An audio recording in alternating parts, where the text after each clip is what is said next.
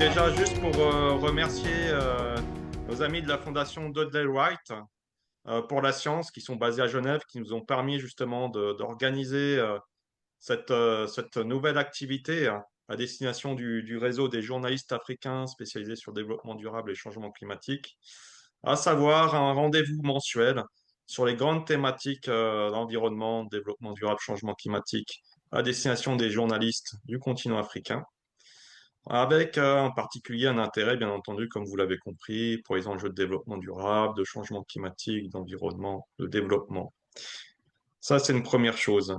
Sans eux, bien entendu, l'activité n'aurait pas été la même. Donc voilà, c'est à saluer. Je tenais également à remercier les 94 journalistes qui se sont inscrits pour participer à cet second épisode. Euh, et on a une représentation de la plupart des pays d'Afrique francophone: l'Algérie, le Tchad, le Comore, l'île Maurice, le Burkina Faso, Centrafrique, Maroc, Sénégal, Côte d'Ivoire, RDC, Guinée équatoriale, Tunisie, Congo-Brazzaville, Togo, Bénin, Rwanda, Guinée, Madagascar, Burundi, Niger et Cameroun. J'espère que je n'en ai pas oublié. Juste aussi pour vous rappeler que le premier épisode de ces rendez-vous environnement d'Afrique 21 est disponible sur notre chaîne YouTube. Il portait sur les résultats de la COP 30 et les conséquences du changement climatique et les principales manifestations qu'on avait eues du changement climatique en 2025 sur le continent africain. Donc, il est disponible sur YouTube, tout comme sera disponible par la suite notre épisode du jour sur la chaîne YouTube. Dans 3 4 jours, ça sera en ligne. Également, un remerciement bien entendu à nos 3 invités du jour qui ont accepté gentiment de participer à cette table ronde. D'ailleurs, un remerciement particulier au malade qui a fait un effort quand même pour se mettre en ligne, malgré les contraintes physiques un peu embêtantes ce matin. Il se reconnaîtra. Et je tenais aussi pour l'anecdote à rappeler que j'ai croisé ces 3 personnes-là justement à Nice en juin dernier lors des négociations sur l'océan, le sommet de l'ONU sur l'océan qui avait lieu à Nice. Enfin,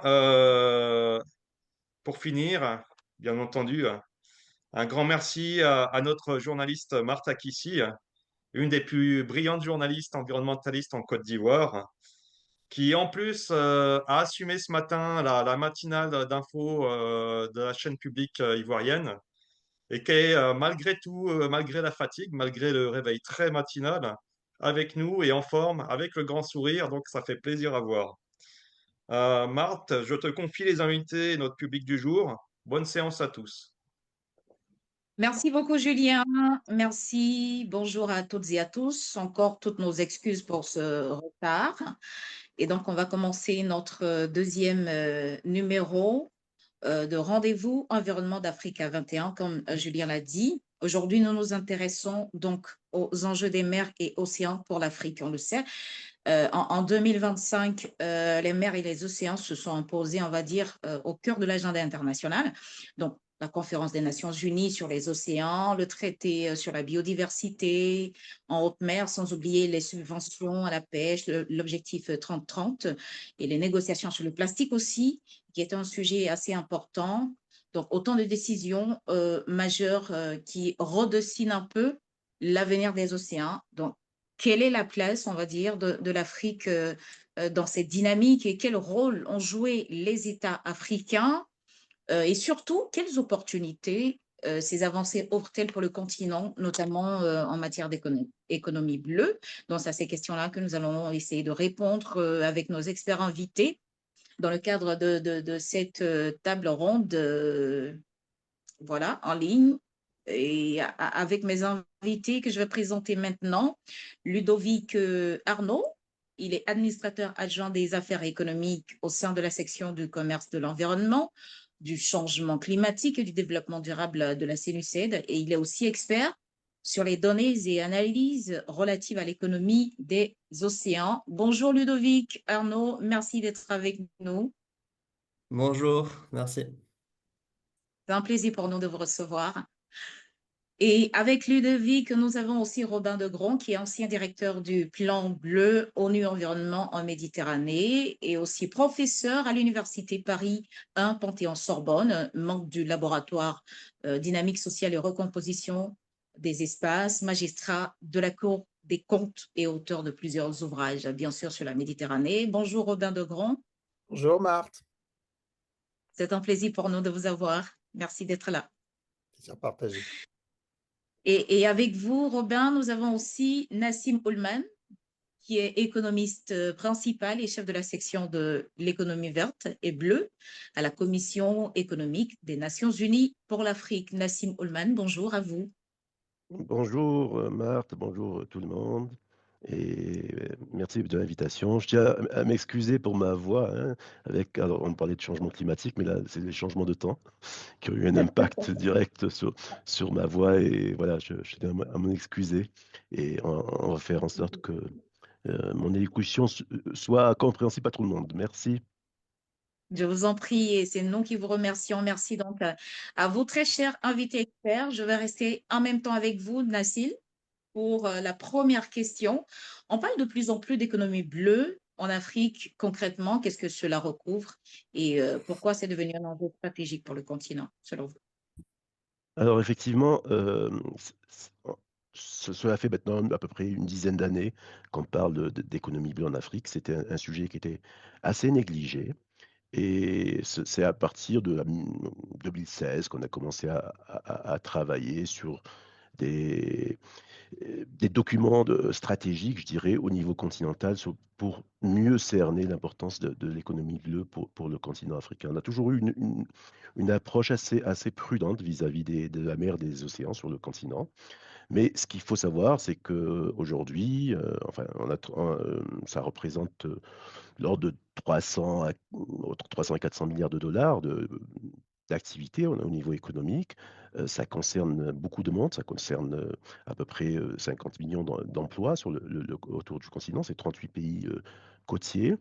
Et petit à petit, des cadres stratégiques ont été mis en place, notamment au niveau de l'Union africaine, avec une stratégie économie bleue pour l'Afrique, qui petit à petit se décline en stratégie sous-régionale et aussi en stratégie nationale. Donc on est dans cette démarche où, après une prise en compte des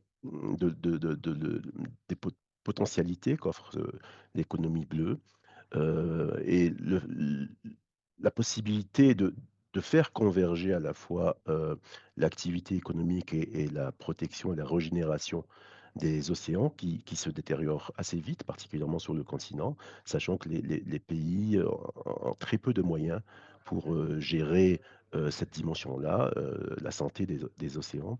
Donc c'est vraiment un effort qui est en train d'être fait et qui est intégré dans les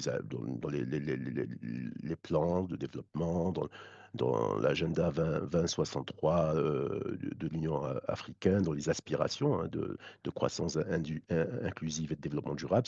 Ça parle directement à cela parce qu'effectivement, quand il s'agit de l'économie bleue, on voit tout de suite la connexion entre le développement durable et la protection de l'environnement et la régénération des écosystèmes. Parce qu'effectivement, là, on voit immédiatement qu'une détérioration des écosystèmes a un impact très négatif sur l'activité économique.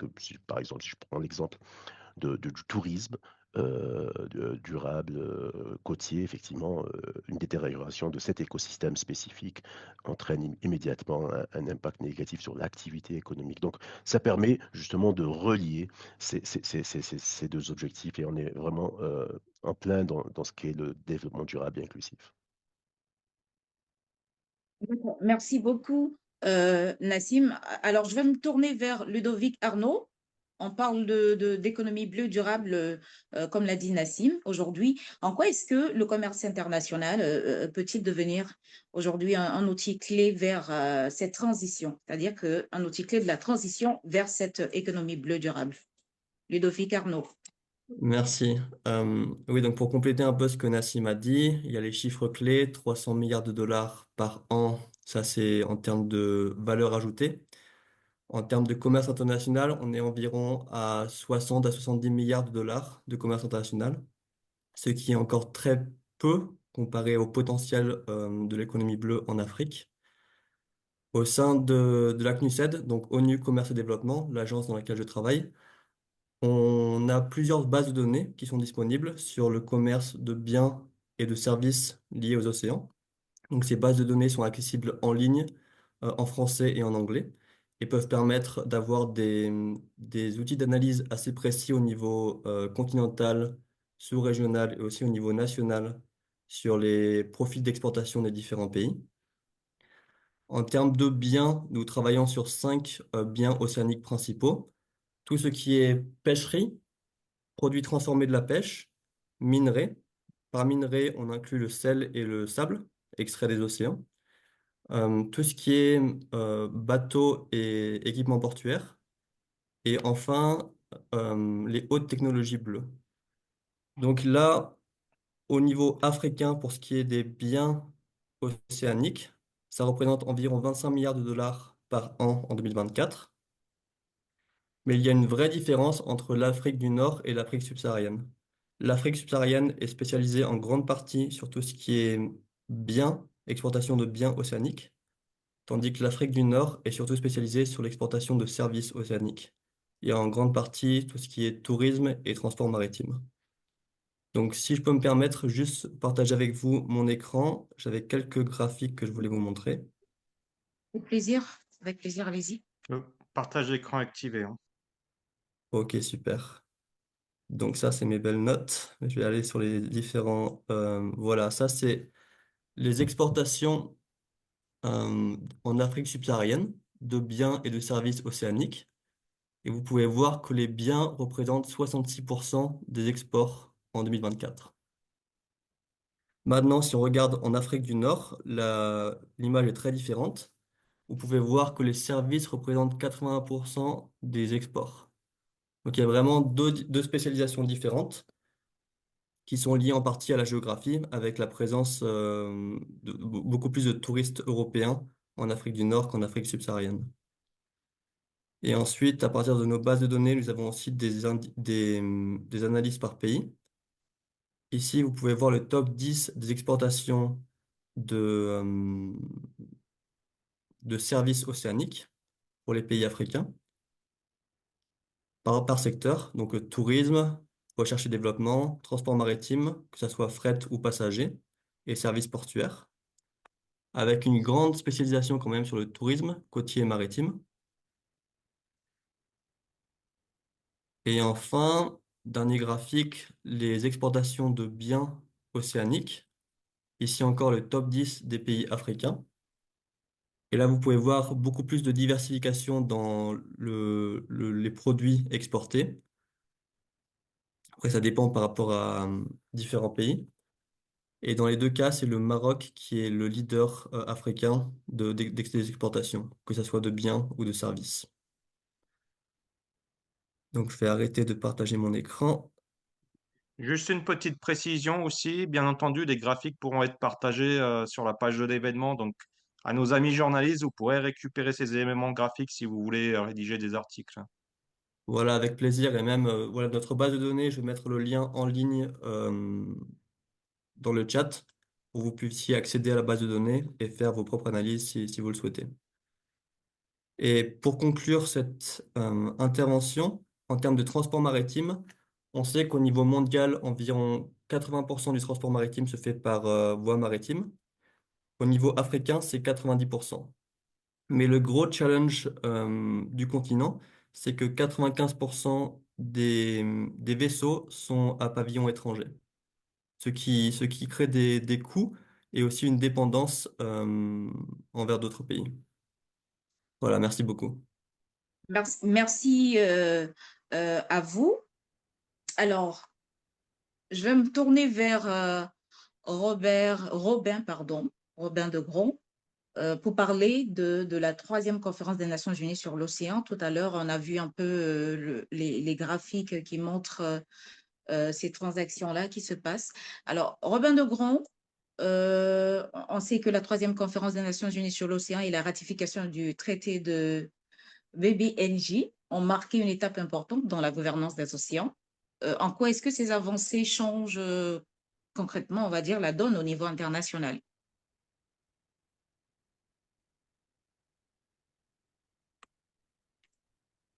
Le micro, Est-ce que Robin, le micro. Robin, Oui, merci Marthe.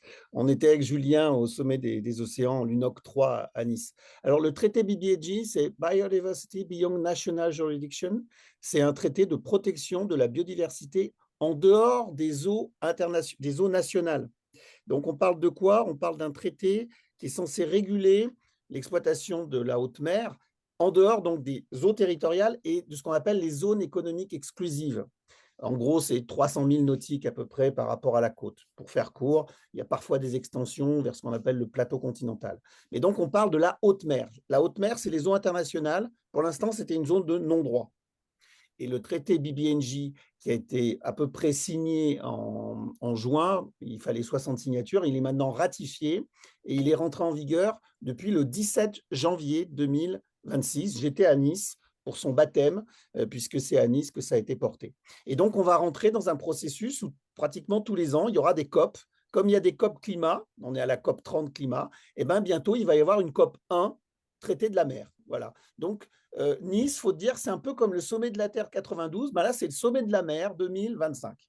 Donc, c'est quelque chose de nouveau et qui participe d'un regain du multilatéralisme. Alors, attention, dans un contexte qui est très mauvais globalement pour le multilatéralisme, mais enfin, là, il y a un progrès. Donc, c'est un progrès, il ne faut pas le cacher. Maintenant, il faut relativiser les choses.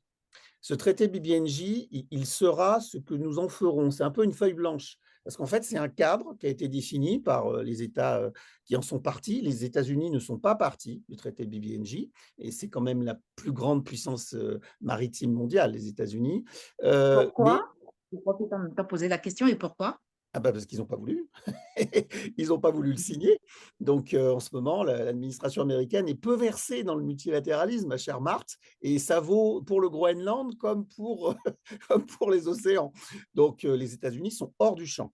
Voilà. Donc, ce qui n'est pas le cas de la Chine, ce qui n'est pas le cas d'autres grands pays, mais les États-Unis ont fait le choix de renoncer, de ne pas s'impliquer. Ça veut dire qu'ils se considèrent hors traité BBNJ, c'est-à-dire qu'ils feront ce qu'ils voudront en réalité, et ils continueront de faire ce qu'ils voudront dans la haute mer. Donc ça, c'est une limite quand même importante sur le traité BBNJ. Maintenant, le traité BBNJ en tant que tel, c'est une feuille blanche. Ça va devenir ce qu'on va en faire. C'est-à-dire comment on va mettre en place des aires marines protégées, comment on va réguler l'exploitation des fonds marins en haute mer, comment on va partager le produit de l'exploitation des fonds marins. Ça, c'est un point très important pour nos amis africains. Parce qu'en réalité, la question du traité BBNJ, c'est la richesse de la haute mer. On va considérer que c'est une sorte de bien commun, c'est ça l'idée du traité BBNJ. Et si on doit l'exploiter de façon prudente, les produits de cette exploitation, ils devront être répartis entre les pays du monde, et en particulier l'Afrique. Là, on n'est pas dans les zones économiques exclusives, on parle des eaux internationales, le partage de l'exploitation du bien commun des eaux internationales. C'est ça l'enjeu clé du traité BBNJ. Et on est au début du processus. Alors, ça, oui.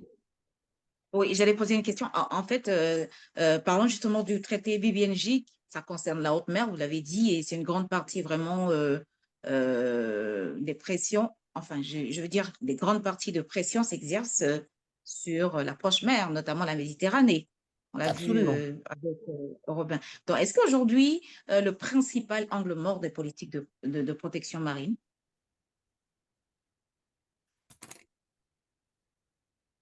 Oui, il y a eu une coupure. Vous m'avez entendu? Non, il y a eu une coupure. Je disais que le traité BBNJ concerne la haute mer, comme vous l'avez dit, mais une grande partie des pressions s'exercent sur l'approche mer, notamment en Méditerranée, comme on l'a vu avec le graphique de Robin et tout. Est-ce aujourd'hui le principal angle mort des politiques de protection marine? Oui. Oui, en réalité. Attention, le traité BNJ, il a le mérite d'exister, il ne faut pas bouder son plaisir, mais l'essentiel se fait sur la côte, en réalité. Et l'essentiel se fait dans les eaux territoriales et dans les zones économiques exclusives. En termes de pollution, en termes de surpêche, Donc, il faut pas éloigner cela. Et là, pour le coup, la compétence, elle revient au niveau des États, puisque là, on est dans les zones économiques exclusives. Ces États, ils peuvent travailler ensemble, ils peuvent se concerter. C'est ce qu'on a fait en Méditerranée. Récemment, j'étais à la manette à ce moment-là, on a fait ce qu'on appelle une stratégie méditerranéenne de développement durable qui a été validée au Caire, là, en Égypte, en décembre 2025, qu'on appelle la SMDD, stratégie méditerranéenne de développement durable pour la période 2026-2035. Et là, l'idée, c'est de réguler, effectivement, et de concerter les États sur la protection de l'approche mer. En Méditerranée, en fait, c'est une mer relativement petite, hein, et donc il n'y a pas d'eau internationale en Méditerranée. Tout, en fait, est régulé par des zones économiques exclusives nationales. Donc, il faut que les États s'entendent pour travailler dans leur périmètre, dans leur juridiction, j'allais dire, de compétences et de police administrative de l'environnement. Et là, il y a énormément à faire. Sur la surpêche, le premier problème en Méditerranée ou sur les rivages africains, c'est la surpêche industrielle de pays qui arrivent avec des tonniers industriels gigantesques, qui raflent, j'allais dire, les fonds marins en eau territoriale ou en zone économique exclusive, donc on n'est pas dans le périmètre BBNJ, et qui appauvrissent la pêche traditionnelle. Donc ça, c'est un problème des États. Et celui-là, il faut l'adresser, et c'est les États qui peuvent et qui doivent l'adresser. D'accord.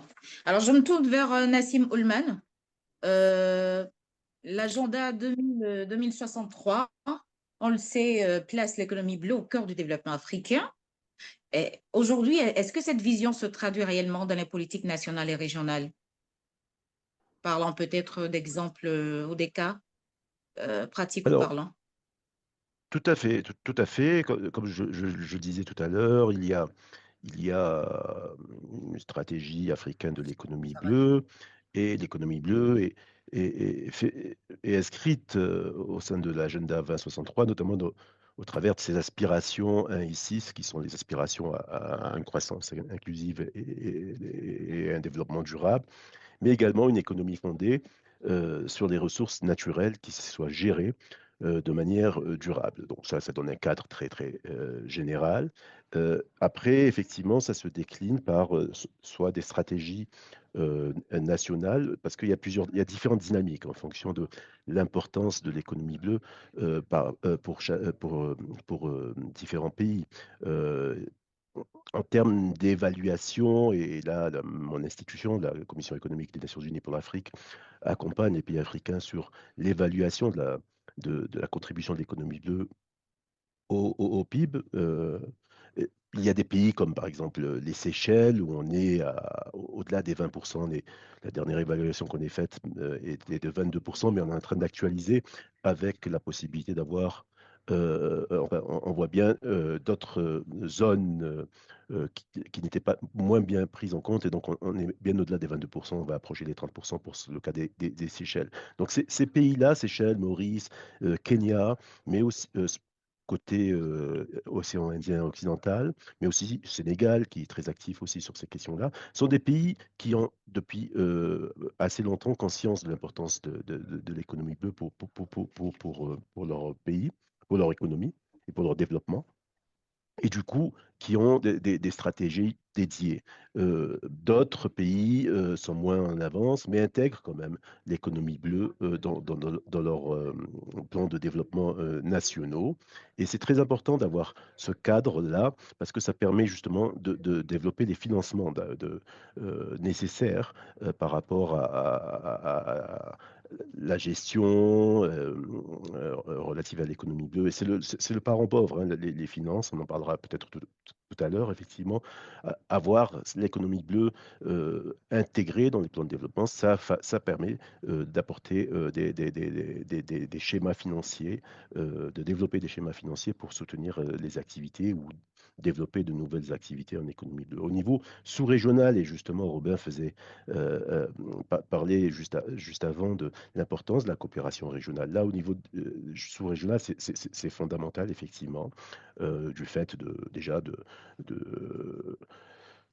l'importance, le fait que les écosystèmes marins souvent dépassent le cadre les cadres nationaux, Et en même temps, la fragilité des écosystèmes fait qu'une coordination, notamment par exemple sur la surpêche, est fondamentale pour pouvoir maintenir des stocks à un niveau durable. Donc là, un cadre, les commissions économiques régionales, hein, les CER, ou en tout cas les groupements régionaux africains peuvent jouer un rôle très important sur ces questions-là. Certains, notamment je pense à la SADC a une stratégie économie bleue donc pour l'Afrique australe. La CEAC aussi est en train de développer sa stratégie au niveau du golfe de Guinée. Mais la Commission pour le golfe de Guinée aussi très active par rapport à cela.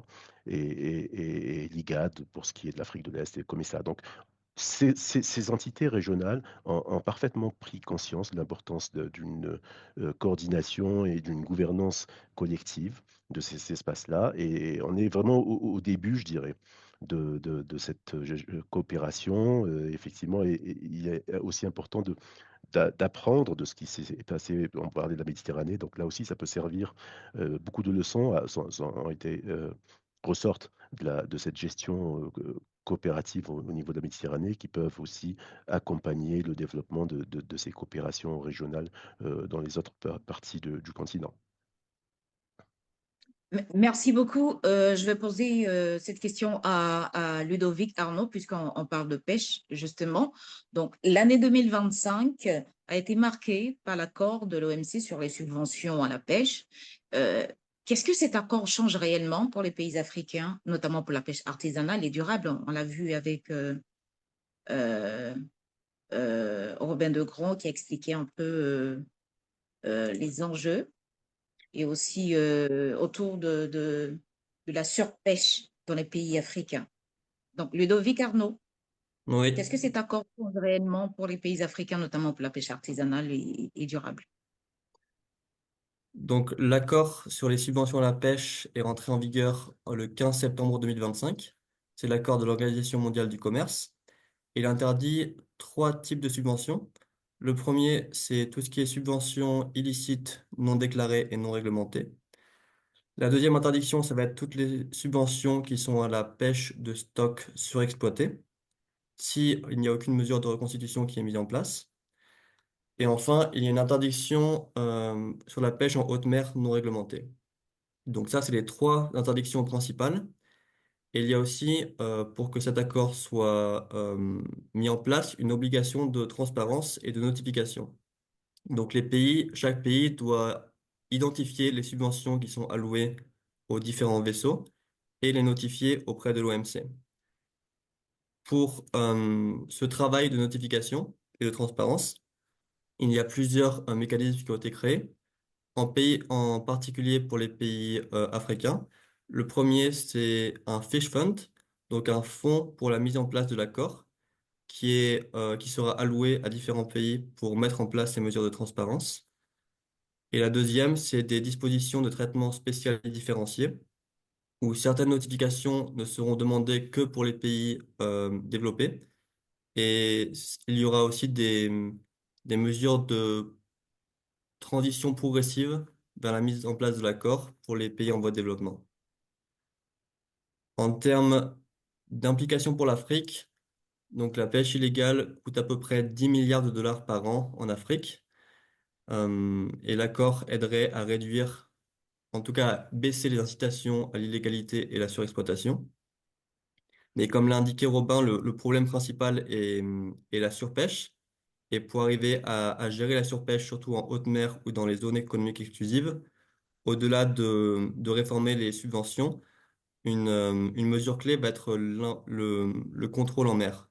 Arriver à mieux réguler les zones économiques exclusives, où parfois des bateaux étrangers peuvent entrer, et ensuite travailler sur les accords de pêcherie, où parfois certains pays africains donnent accès à leur pêcherie pour des sommes modiques à des vaisseaux étrangers, ce qui crée des conséquences pour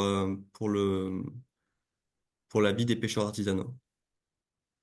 Donc la mise en place de l'accord aurait plusieurs avantages au niveau africain. Le premier, ça serait en termes de conformité et de traçabilité, avec une meilleure réputation commerciale.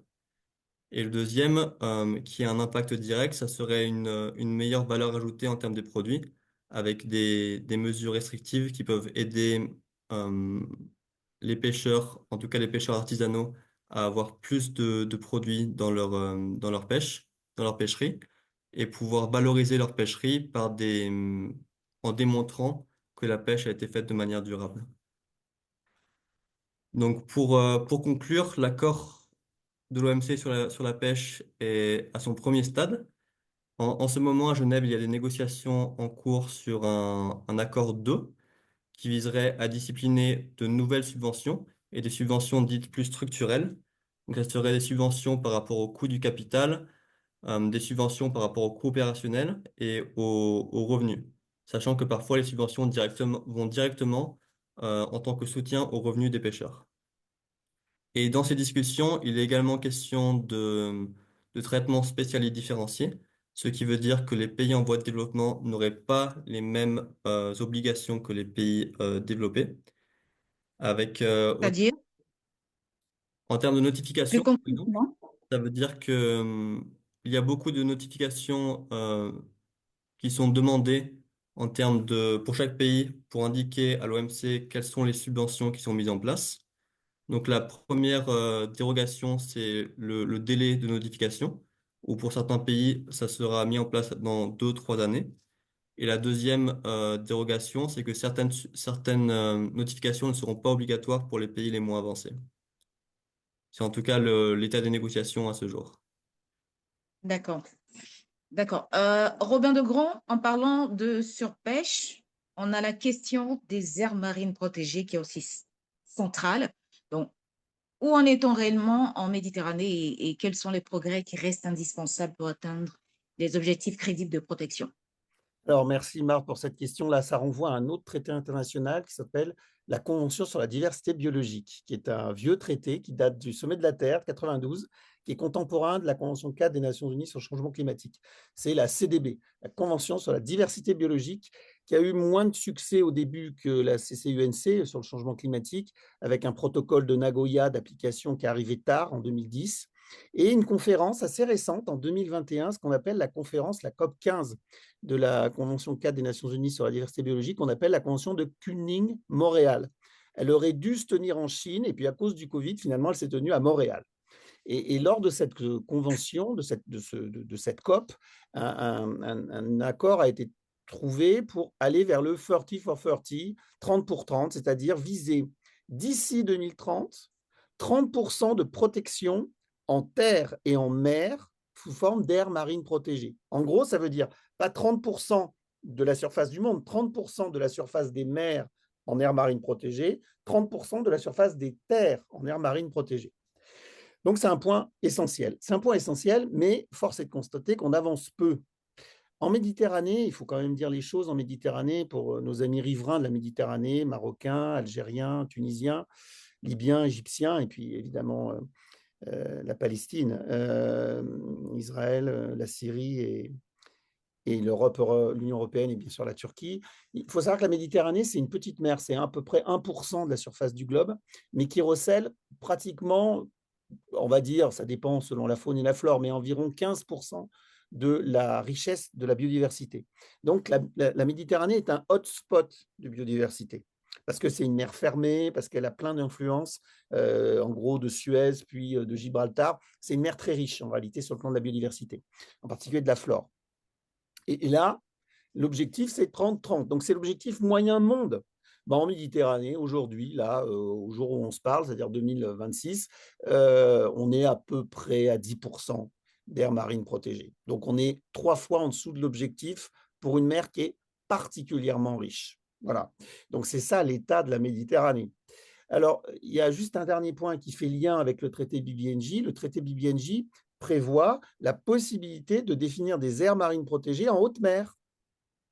Et donc là, ça sera un enjeu de mise en place et de contrôle. Mais alors, attention, là, je reviens sur ce que tu disais, Marc, tout à l'heure. Les enjeux sont sur la proche mer. Et donc, il faudrait éviter que le traité BBNJ ne serve qu'à faire des aires marines protégées en haute mer très loin, où finalement, il n'y a pas grand-chose en fait à protéger, et qu'on décline ou on néglige l'essentiel de la protection de la biodiversité qui est en proche mer, sur le littoral, du fait de la surpêche et du fait, en Méditerranée, c'est tout à fait spécifique, du développement de ce qu'on appelle la désalinisation pour production d'eau douce. Donc voilà, là aussi, un traité très généreux, très positif, très ambitieux, une mise en œuvre qui est quand même très décevante.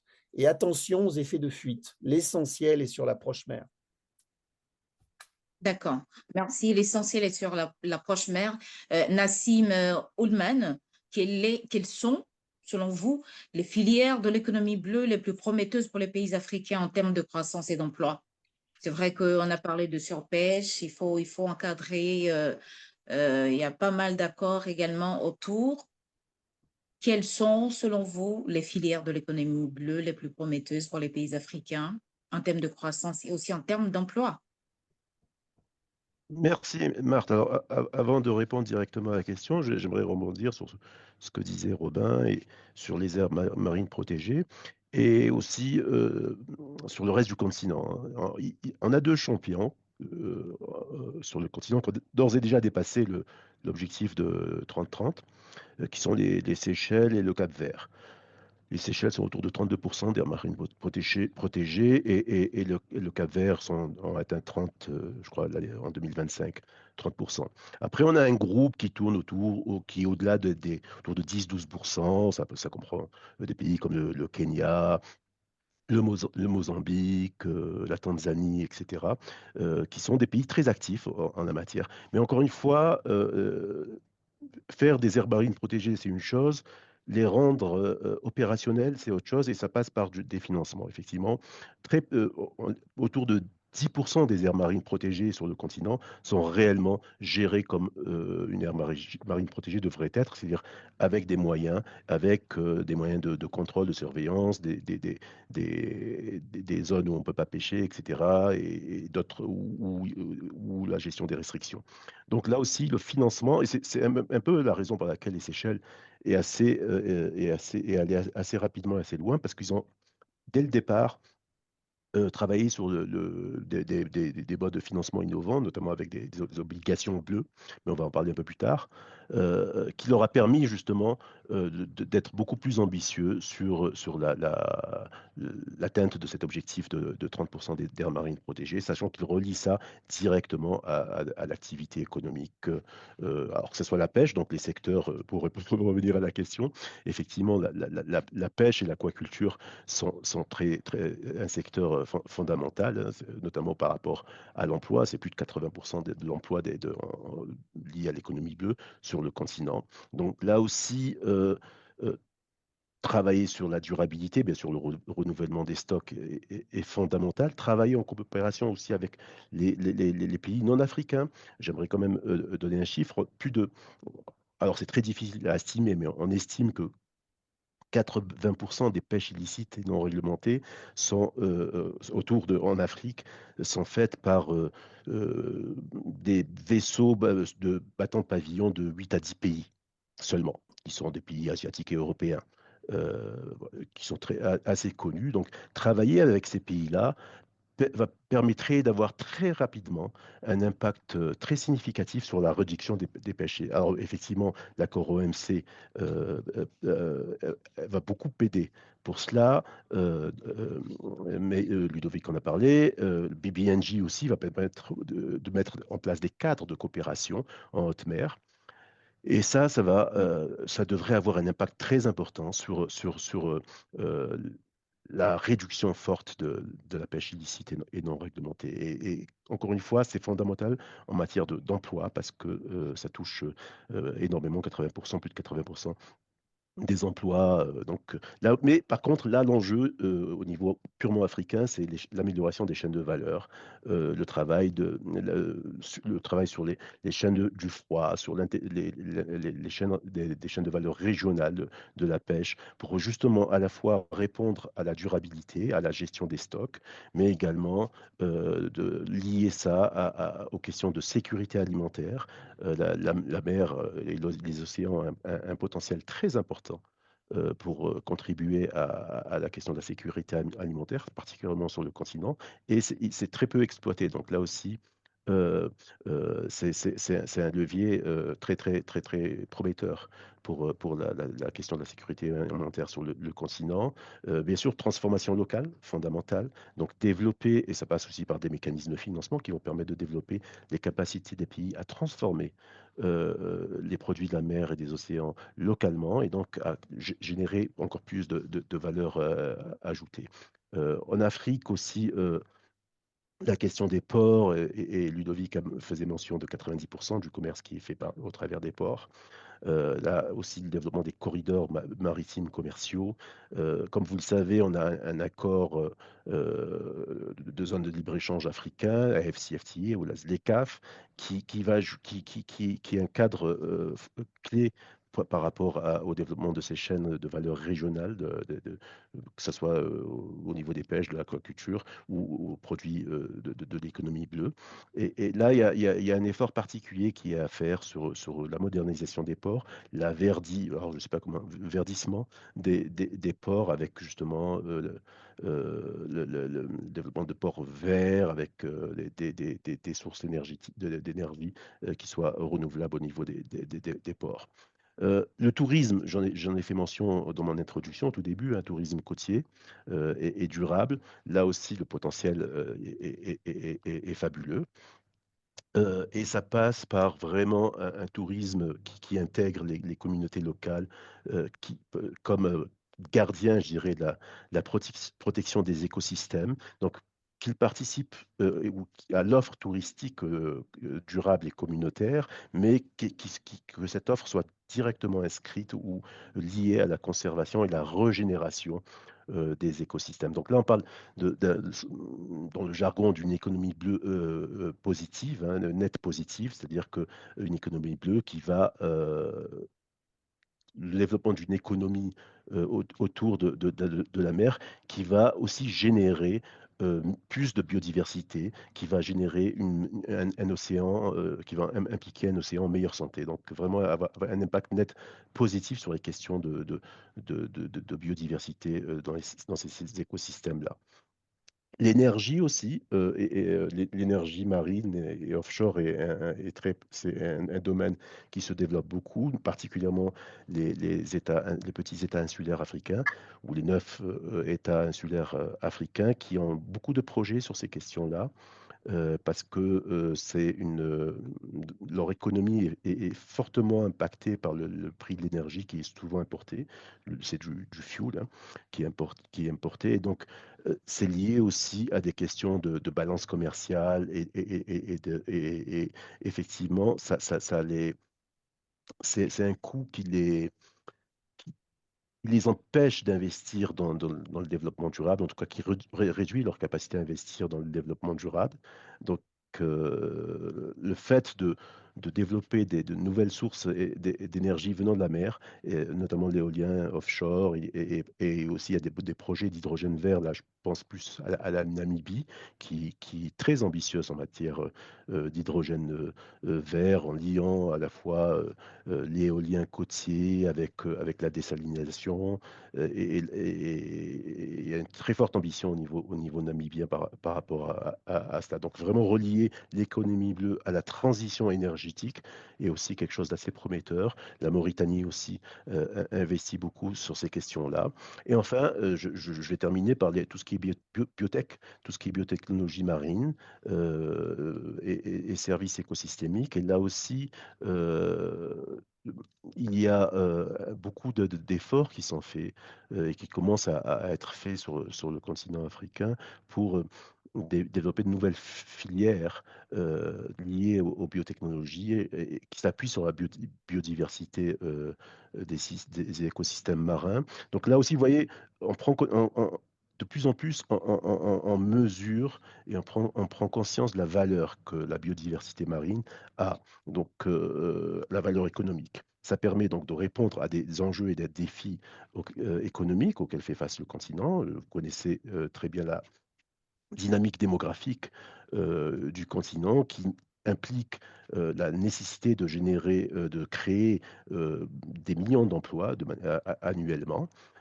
Mais en même temps, le défi climatique et de biodiversité, effectivement, le continent africain est celui où la biodiversité se détériore le plus rapidement possible, avec un impact très fort, et même, comme je le disais, un impact économique. C'est-à-dire, encore une fois, là, l'enjeu de l'économie bleue en particulier est de réconcilier ces deux objectifs-là de biodiversité, développement de non seulement maintien, mais développement de la biodiversité, de réponse aux défis de changement climatique. Là aussi, l'océan absorbe énormément de carbone, c'est un puits de carbone très important, et à la fois de l'activité socio-économique et de pouvoir répondre aux aspirations particulièrement des populations côtières. Donc voilà, là, rapidement, hein, j'ai fait D'accord. un petit tour Ouais, des différents secteurs et des potentialités auxquelles le d'accord. continent fait face. Merci beaucoup. Merci Nassim pour tous ces détails. Voilà, sur les filières prometteuses de l'économie bleue. Alors, je vais demander aux participants de poser les questions directement dans le chat. Il y a Julien qui va se charger de les énumérer et après, on pourra les poser à, euh, à nos experts. Voilà, à nos experts. Et voilà, pendant ce temps, je continue donc avec ma série de questions avec cette fois Ludovic. Ludovic, on parle d'une part des filières prometteuses de l'économie bleue. En même temps aussi, on a cet accord de l'OMC, comme vous l'avez dit. Est-ce que certains pays africains ne craignent pas les contraintes supplémentaires? Est-ce que cet accord est plutôt une opportunité ou bien un défi pour les économies africaines? Je vais dire ça comme ça. Ludovic. Merci. Juste avant, pour rebondir sur deux éléments mentionnés par Nassim. Le premier, c'est le AFCFTA, la zone de libre-échange continentale africaine. D'après nos données, le commerce de biens et services océaniques est à 39% intra-africain, ce qui paraît beaucoup, mais quand on regarde d'autres continents, en Europe, c'est 65% du commerce océanique qui est intra-européen. Dans les Amériques, c'est 54%. Donc il y a un vrai potentiel pour le AFCFTA d'augmenter la part de commerce intra-régional. Ça, c'était le premier point. Et deuxième point qui est en lien avec votre question, par rapport à tout ce qui est décarbonisation du transport maritime, il y a un autre accord qui va être, on espère, ratifié en 2026. C'est l'accord de l'Organisation maritime internationale sur la décarbonisation du transport maritime, avec un objectif de zéro émission d'ici 2050. Et cet accord-là implique des contraintes pour les pays et pour tout ce qui est infrastructure portuaire et vaisseaux en termes de décarbonisation. Et là, donc bien sûr, c'est des contraintes, mais il y a aussi des opportunités. La CNUSET, par exemple, est en train de mettre plusieurs projets en place sur la décarbonisation du transport maritime, avec une division spécialisée sur le transport et la logistique. Et au sein de notre équipe, nous avons un projet sur la mesure des émissions du transport maritime, qui est basé sur les données AIS, c'est le système automatique d'identification, qui permet d'identifier la localisation des bateaux, ce qui est utile pour des raisons de sécurité, mais aussi pour estimer les émissions carbone. Sachant que dans l'accord de l'OMI sur la décarbonisation du transport maritime, l'accord serait contraignant, avec des sanctions dans le cas où les accords ne seraient pas mis en place, enfin, des contraintes financières. Donc, pour les pays, être capable de pouvoir mesurer les émissions carbone du transport maritime et des pêcheries aura un impact dans le futur proche sur, sur le commerce international et pour pouvoir éviter des sanctions économiques. Et enfin, par rapport à D'accord. votre question sur l'accord de l'OMC sur la pêche, bien sûr, il y a des contraintes. Ça va demander des efforts en termes de notification des subventions. Il y a aussi, voilà, ce que je disais plus tôt, deux mécanismes qui facilitent la transition. Le premier, c'est un traitement spécial et différencié pour les pays en voie de développement et surtout pour les pays les moins avancés en termes de demande de notification. Et le deuxième, c'est le fonds pour la mise en place de l'accord qui est financé par des pays riches en grande partie et qui va servir à aider les pays en voie de développement à mettre en place l'accord. D'accord. Merci pour tous ces détails. Alors, Robin Desgronds, on le sait, ces ambitions environnementales quand même se heurtent à une réalité. Donc, parlons de la baisse de l'aide publique au développement. Donc, en quoi cette contrainte financière freine aussi les politiques de protection des mers et des océans?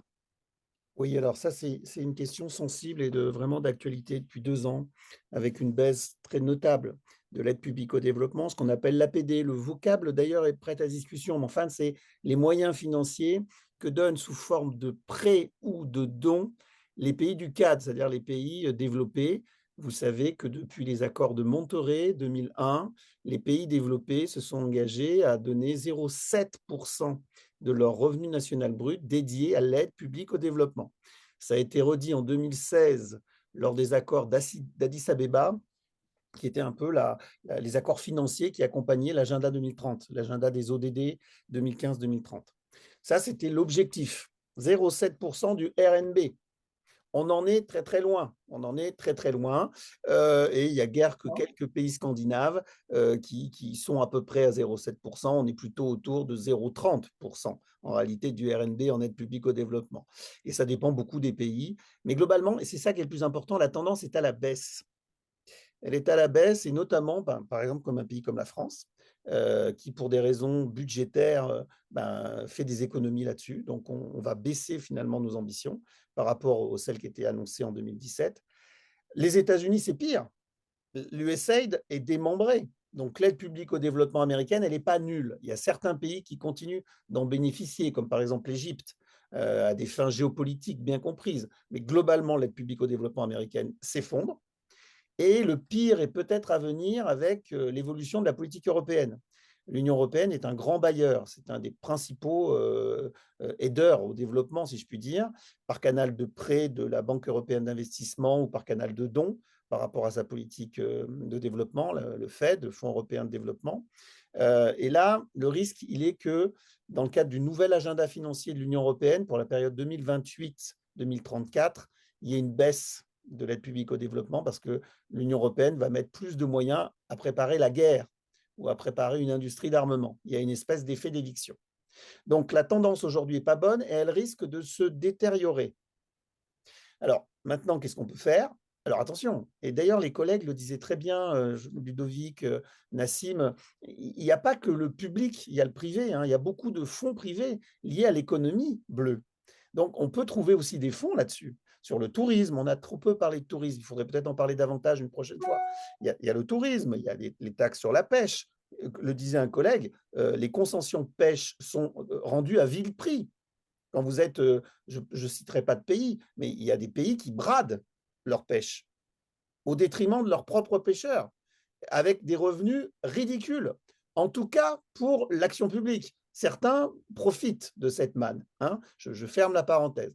Donc, il y a des revenus à tirer de l'économie bleue en marge des subsides publics. Maintenant, pour les subsides publics, sachant qu'ils vont baisser, c'est comme ça, et qu'il faudra faire le plein des subsides privés, de tirer profit de la richesse de l'Afrique, notamment de la pêche, et pas la vendre à vil prix. Bon, avec ça, on aura quand même des moyens comptés. Il faudra être plus intelligent. Et il va falloir faire de la coopération régionale. Il va falloir mutualiser. Il va falloir faire mieux avec moins. Donc là, il y a des idées qu'on pourra développer qui sont un peu complexes, mais la régionalisation, le travail en niveau régional, comme on a fait en Méditerranée avec la stratégie méditerranéenne de développement durable, c'est une solution pour essayer de donner des priorités, de s'y tenir et avec moins de moyens d'essayer de faire les choses essentielles. D'accord.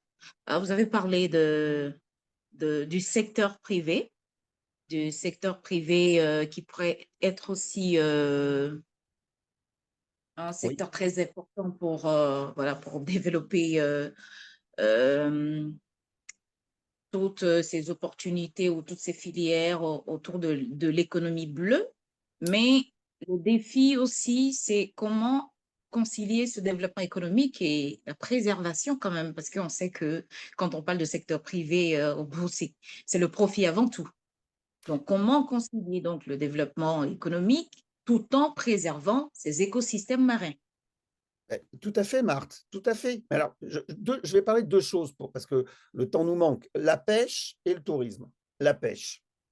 Je redis, et on ne redira jamais assez, les collègues l'ont déjà dit, vraiment, je m'en félicite. Merci Ludovic, merci Nassim. Il faut dire que les pays africains, dans leurs eaux territoriales, leurs zones économiques exclusives, bradent la ressource pêche.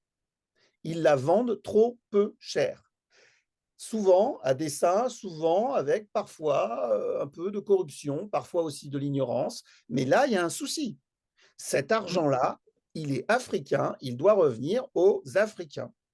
Et il faut faire attention de ne pas se faire arnaquer, plus ou moins à dessein, par des sociétés d'exploitation industrielle de pêche qui viennent de bien plus loin que l'Afrique et qui viennent racler les ressources africaines. Ça dégrade la vie des petits pêcheurs, je pense à mes amis du Sénégal, ou du Bénin, ou de Côte d'Ivoire, qui n'ont plus rien à manger.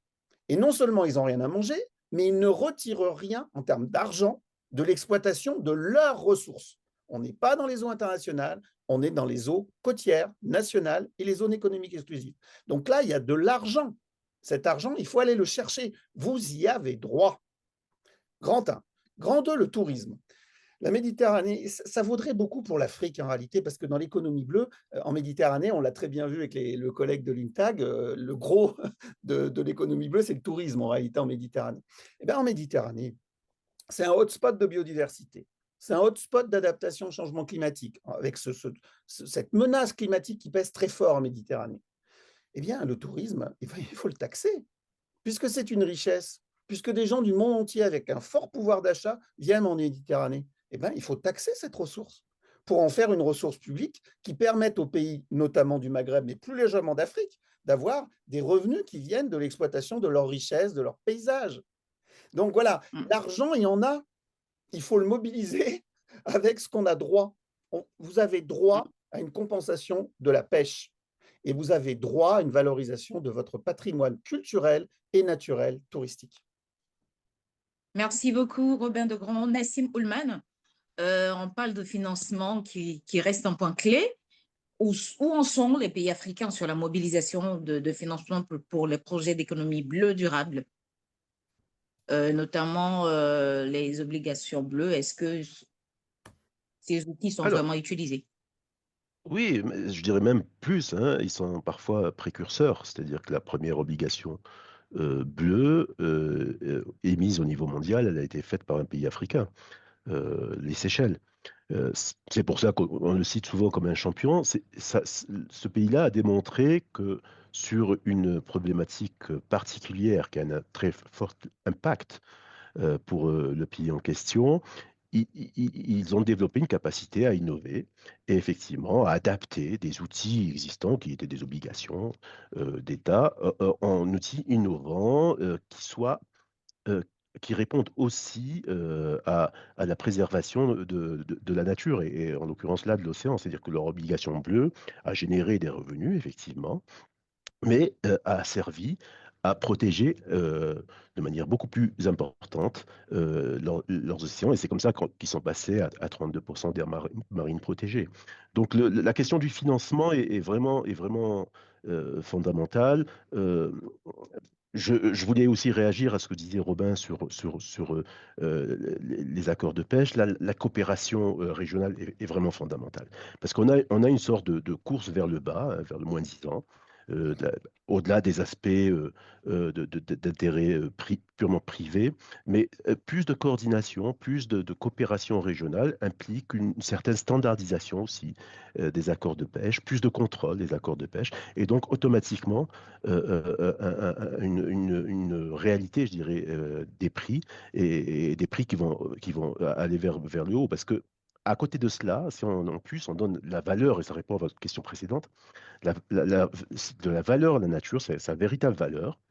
C'est ce qui, jusqu'à présent, tous les développements, les modèles de développement économique se faisaient sur un modèle où la nature n'avait pas de prix, était gratuite.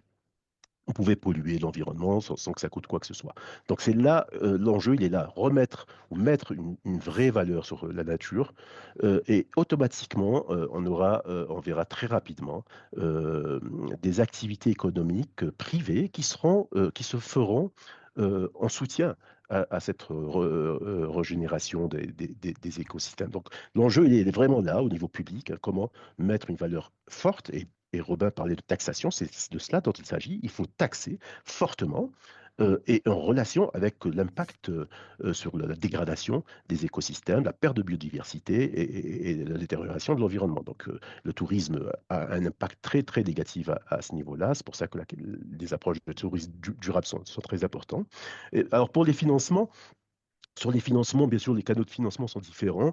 Ils peuvent être publics et budgétaires, hein. Donc là, il est très important d'intégrer l'économie bleue dans les cadres budgétaires nationaux, dans les plans de développement, ce qui permet de libérer des financements publics. Et là, ça passe par une bonne évaluation de la contribution de l'économie bleue à l'économie. Et c'est ce qu'on fait en proposant des outils de mesure. Mais les financements innovants, j'ai parlé des obligations bleues, mais également des swaps de dette. Beaucoup de pays africains en souffrent d'endettement. Et là aussi, ces financements innovants apportent certaines solutions par des swaps, des échanges de dettes contre nature, et en l'occurrence là de dettes contre océan. On a des pays comme le Cap-Vert ou le Gabon, qui ont fait des swaps de dettes par rapport à bleu, je dirais, ou de financement d'activités océaniques. Pour le Cap-Vert, c'est un investissement en énergie renouvelable. Donc, et pour un État insulaire, c'était très important, justement, de faire en même temps baisser la facture d'énergie, vu de la facture d'importation d'énergie. Donc, ça a des impacts et des effets multiplicateurs. C'est ce qui est très intéressant. Et là aussi, les scientifiques qui travaillent sur les questions d'économie bleue montrent combien l'océan a une capacité à se régénérer très rapidement. À partir du moment où on met en place les mécanismes et les financements qui vont avec, pour avoir une gestion beaucoup plus durable, on a une capacité de l'océan à se régénérer très, très, très rapidement. Donc, très important aussi de bien rémunérer les services écosystémiques. Euh, on parle beaucoup des mangroves.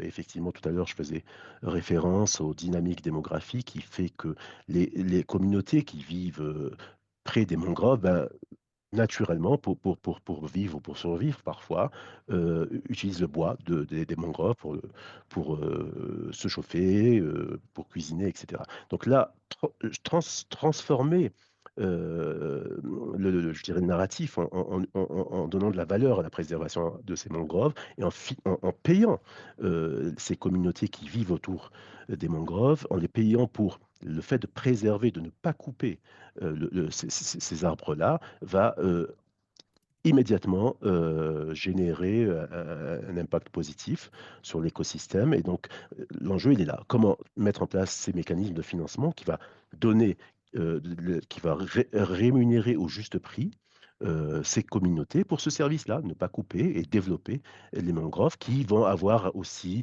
un effet alors sur la captation la capture de carbone, sur la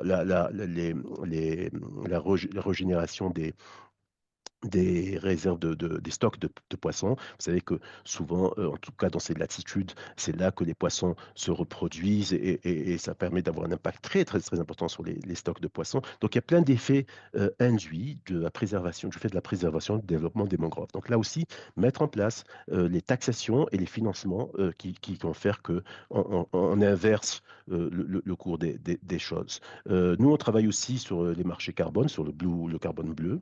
Donc là aussi, là je faisais référence avec les mangroves, comment mettre en place des cadres qu'on appelle de haute intégrité pour justement rémunérer les acteurs qui préservent les écosystèmes qui captent du carbone. Donc là, mettre en place des choses qui soient assez standardisées au niveau africain pour que tous tous les pays, et particulièrement les pays insulaires, utilisent ces mêmes cadres. Pourquoi c'est très important? Parce qu'en utilisant les mêmes cadres, ben, lorsqu'on est dans des négociations sur des opérations carbone, on a des standards qui s'imposent. Et du coup, on a un prix qui va s'imposer et on n'aura plus cette course vers le bas, comme le disait Robin, où les acteurs sont tentés de négocier des prix vils. Effectivement, ces cadres régionaux permettent tout de suite de mettre en place des standards et dégager des ressources pour contrôler que tout le monde applique ces standards. Donc, l'enjeu, il est là, mais la réalité, c'est aussi que l'océan se dégrade rapidement, donc il est très important d'aller très vite sur ces questions-là pour pouvoir inverser cette tendance-là. J'ai parlé des infrastructures portuaires, là aussi les partenariats publics-privés sont fondamentaux par rapport à cela, ce qui permet d'investir, parce que ça représente des investissements lourds. Je parlais tout à l'heure d'énergie offshore ou d'hydrogène vert développé au niveau côtier. Là aussi, ça nécessite des investissements très importants, mais des partenariats publics-privés, car ce sont des investissements à rendement à très long terme. Donc là, l'importance d'avoir ces partenariats publics-privés sont fondamentaux. Et enfin, je vais terminer par effectivement la réalité qui est en face de nous, c'est que l'APD structurellement est en train de baisser très fortement, voire disparaître. Elle est remplacée de plus en plus par d'autres sources de financement. Donc là aussi, on doit s'adapter pour mieux capter ces financements. Je pense par exemple à la philanthropie qui monte en puissance, mais également les banques de développement régional, les fonds climatiques. Tout cela nécessite une approche stratégique de la part des acteurs africains pour justement mieux, pour développer déjà des projets qui soient mieux adaptés à ces nouveaux acteurs de financement. Mais encore une fois, prendre conscience que l'APD va disparaître pour les raisons que Robin a invoquées. Ça ne va pas s'inverser dans les années futures. Mais par contre, il y a de nouveaux acteurs et qu'il faut savoir mobiliser. Et encore une fois, pour mettre un prix important sur la nature, sur la biodiversité des écosystèmes marins, et pour pouvoir justement, encore une fois, réconcilier l'activité socio-économique avec la préservation et la régénération des océans. Merci beaucoup, Nassim Oulman. Il est pratiquement 10h45 GMT, je parle précision de taille. Normalement, nous avons 15 minutes prévues pour les questions des journalistes. Je ne sais pas si Julien est connecté et s'il Oui, a je suis là. accès. Je suis là. D'accord. Moi, à partir de mon téléphone, c'est un peu compliqué. De ma position de voir les questions des journalistes, qui je Alors, rappelle depuis ce matin sont oui, je t'en connectés. prie. J'ai eu Donc on va. plusieurs questions. Certaines se recoupent, donc je vais poser des questions qui recoupent que plusieurs personnes. Alors, j'en ai une première de Géraud Adoukonou, du journal Le Matinal au Bénin. En quoi la mer constitue-t-elle un levier stratégique pour le développement d'un pays comme le Bénin, notamment en termes de création d'emplois pour les jeunes, mais aussi de plus-value pour le port de Cotonou? Alors, c'est une question vraiment spécifique. Est-ce que tu veux que je lise les quatre que j'ai présélectionnés? Oui, Trois autres? Ok. Alors, j'en ai une d'un journaliste qui ne s'est pas identifié, mais j'ai aussi une question de Wassila Ould Hamouda du journal Horizon en Algérie qui recoupe sa préoccupation. Quel rôle pourrait jouer justement la zone de libre-échange africaine dans la conciliation entre le développement durable et protection des océans et des mers? Ou comment les États africains, de manière générale, peuvent se coordonner sur ces enjeux-là? J'ai une question de Yacine Sey du groupe Futur Média au Sénégal. Quels sont les impacts des changements climatiques et de la pollution marine sur sur cette économie bleue? Et enfin, j'ai une question de Garé Amadou du Canard déchaîné au Niger. Mais c'est une question qui recoupe également des questions de Ezekiel Mouzalia et de Géraud qu'on vient de citer précédemment par rapport à la pêche illégale. C'est quelles sont les mesures, grosso modo, pour contrer la pêche illégale qui heurtent justement la pêcherie artisanale des pays africains côtiers, hein. D'accord. Merci beaucoup, Julien. Je pense que la première question, parlons d'opportunités autour de l'économie bleue. C'est vrai que on en a assez parlé, mais spécifiquement pour le Bénin, peut-être que euh, enfin, Nassim pourra donner quelques réponses.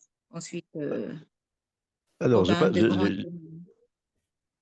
j'ai pas Oui, de, voilà, j'ai pas de connaissances très particulières par rapport aux spécificités Bénin. du Bénin et du port de Cotonou.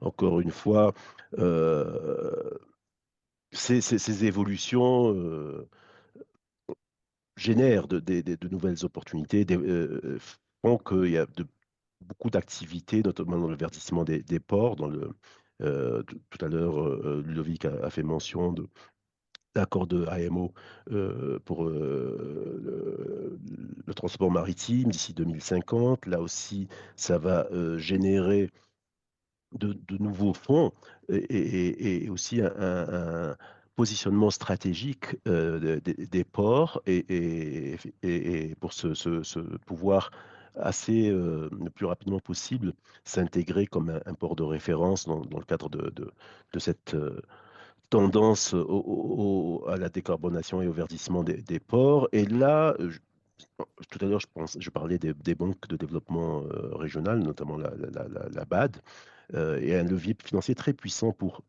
rapidement travailler sur le verdissement des infrastructures portuaires pour justement attirer plus d'activités et de financement qui va être lié à cet accord-là. Mais après, bon, je vais quand même essayer de répondre à une ou deux autres questions hein, sur l'ASLECAF, sur comment concilier l'ASLECAF avec la protection des océans et le développement durable. C'est vrai que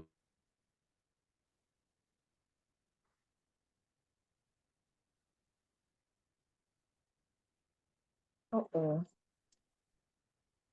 On t'entend plus, Nassim. On a perdu, Faut revenir. Nassim. Donc, Robin de Grand, oui, allez-y. Et sur le Bénin, notre ami du Bénin, là, les Oui. ports, surpêche et tourisme, les opportunités, elles sont énormes.